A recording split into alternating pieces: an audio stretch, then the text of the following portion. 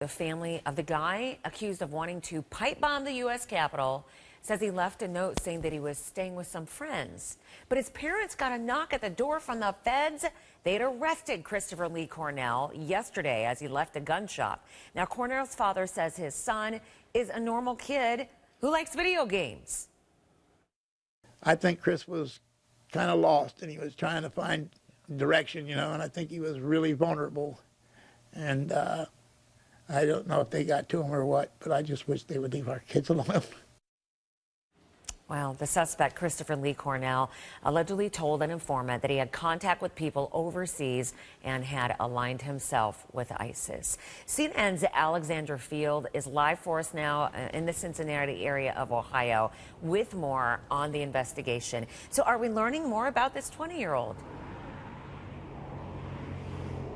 Yeah, he's left a lot of people in this community shocked. His parents, first and foremost, because he was living with them just 2 miles away from the parking lot of this gun store where he was arrested, swarmed by those FBI agents who'd been closely monitoring him.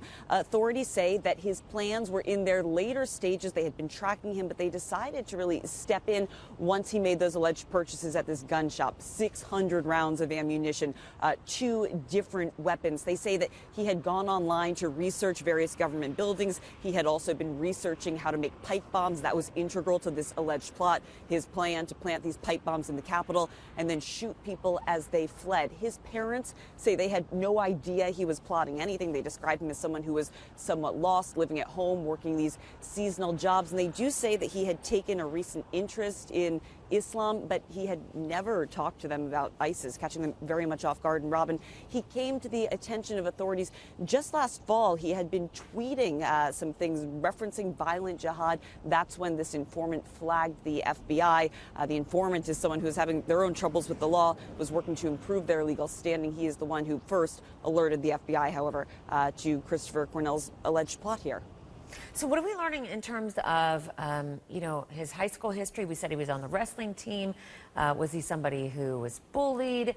What standing did he have in school?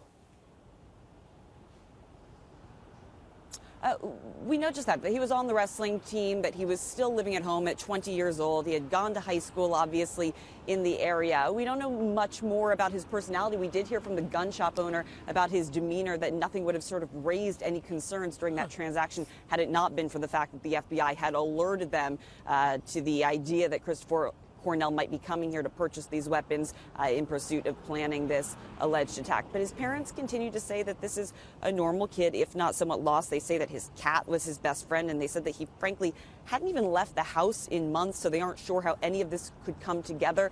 The father saying that he firmly believes that his son did not have the resources or the capability to pull off the type of plot that's described by authorities in the criminal complaint against him. The father goes even further, saying that he believes his son was coerced by the informant that he was speaking to over these past few months.